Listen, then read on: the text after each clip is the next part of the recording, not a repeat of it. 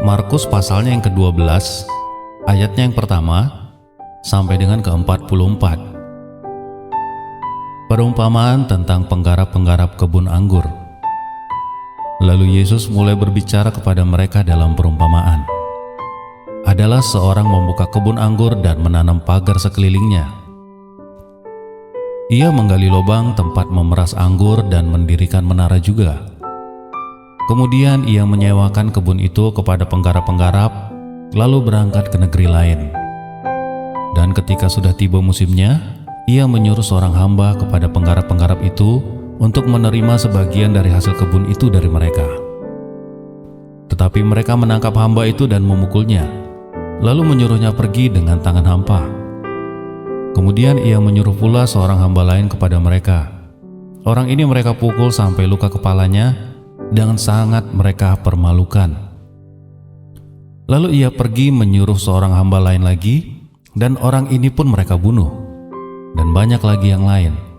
Ada yang mereka pukul dan ada yang mereka bunuh. Sekarang tinggal hanya satu orang anaknya yang kekasih. Akhirnya ia menyuruh dia pergi kepada mereka, katanya, "Anakku akan mereka segani." Tetapi penggarap-penggarap itu berkata seorang kepada yang lain, "Ia adalah ahli waris. Mari kita bunuh dia, maka warisan ini menjadi milik kita." Mereka menangkapnya dan membunuhnya, lalu melemparkannya keluar kebun anggur itu. Sekarang apa yang akan dilakukan oleh tuan kebun anggur itu? Ia akan datang dan membinasakan penggarap-penggarap itu, lalu mempercayakan kebun anggur itu kepada orang-orang lain. Tidak pernahkah kamu membaca nas ini? Batu yang dibuang oleh tukang-tukang bangunan telah menjadi batu penjuru. Hal ini terjadi dari pihak Tuhan, suatu perbuatan ajaib di mata kita.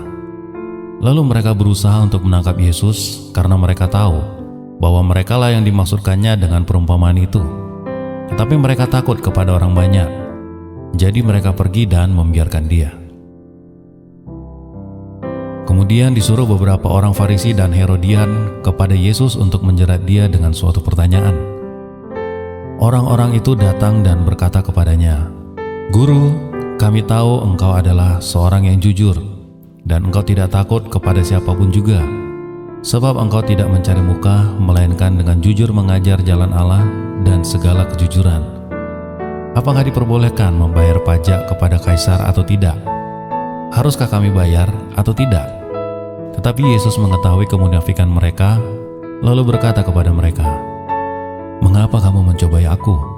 Bawalah kemari suatu dinar supaya kulihat."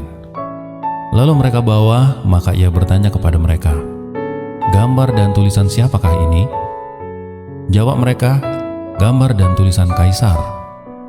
Lalu kata Yesus kepada mereka, "Berikanlah kepada Kaisar apa yang wajib kamu berikan kepada Kaisar, dan kepada Allah apa yang wajib kamu berikan kepada Allah." Mereka sangat heran mendengar dia. Datanglah kepada Yesus beberapa orang Saduki yang berpendapat bahwa tidak ada kebangkitan. Mereka bertanya kepadanya, "Guru, Musa menuliskan perintah ini untuk kita. Jika seorang yang mempunyai saudara laki-laki mati dengan meninggalkan seorang istri, tetapi tidak meninggalkan anak, saudaranya itu harus kawin dengan istrinya itu dan membangkitkan keturunan bagi saudaranya itu. Adalah 7 orang bersaudara yang pertama kawin dengan seorang perempuan dan mati dengan tidak meninggalkan keturunan. Lalu yang kedua juga mengawini dia dan mati dan tidak meninggalkan keturunan. Demikian juga yang ketiga, dan begitulah seterusnya. Ketujuhnya tidak meninggalkan keturunan, dan akhirnya mereka semuanya dan perempuan itu pun mati. Pada hari kebangkitan, bila mana mereka bangkit, siapakah yang menjadi suami dari perempuan itu? Sebab ketujuhnya telah beristrikan dia." Lalu Yesus menjawab kepada mereka, "Kamu sesat, justru karena kamu tidak mengerti kitab suci maupun kuasa Allah. Sebab apabila orang bangkit dari antara orang mati, orang tidak kawin dan tidak dikawinkan, melainkan hidup seperti malaikat di sorga. Dan juga tentang bangkitnya orang-orang mati, tidakkah kamu baca dalam kitab Musa, dalam cerita tentang semak duri, bagaimana bunyi firman Allah kepadanya, 'Akulah Allah Abraham, Allah Ishak, dan Allah Yakub.' Ia bukanlah Allah orang mati, melainkan Allah orang hidup. Kamu benar-benar sesat."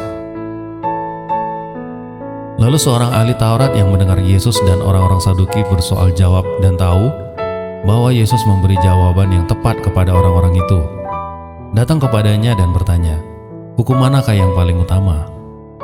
Jawab Yesus, "Hukum yang terutama ialah, dengarkanlah hai orang Israel, Tuhan Allah kita, Tuhan itu Esa. Kasihilah Tuhan Allahmu dengan segenap hatimu, dan dengan segenap jiwamu, dan dengan segenap akal budimu, dan dengan segenap kekuatanmu. Dan hukum yang kedua ialah, kasihilah sesamamu manusia seperti dirimu sendiri. Tidak ada hukum lain yang lebih utama daripada kedua hukum ini." Lalu kata ahli Taurat itu kepada Yesus, "Tepat sekali, Guru, benar katamu itu, bahwa Ia Esa dan bahwa tidak ada yang lain kecuali Dia. Memang mengasihi Dia dengan segenap hati dan dengan segenap pengertian dan dengan segenap kekuatan, dan juga mengasihi sesama manusia seperti diri sendiri adalah jauh lebih utama daripada semua korban bakaran dan korban sembelihan." Yesus melihat bagaimana bijaksananya jawab orang itu dan Ia berkata kepadanya, "Engkau tidak jauh dari kerajaan Allah." Dan seorang pun tidak berani lagi menanyakan kepada Yesus. Pada suatu kali ketika Yesus mengajar di Bait Allah, Ia berkata, "Bagaimana ahli-ahli Taurat dapat mengatakan bahwa Mesias adalah anak Daud? Daud sendiri oleh pimpinan Roh Kudus berkata, 'Tuhan telah berfirman kepada Tuanku, duduklah di sebelah kananku sampai musuh-musuhmu kutaruh di bawah kakimu.' Daud sendiri menyebut Dia tuannya. Bagaimana mungkin Ia anaknya pula?" Orang banyak yang besar jumlahnya itu mendengarkan Dia dengan penuh hikmat.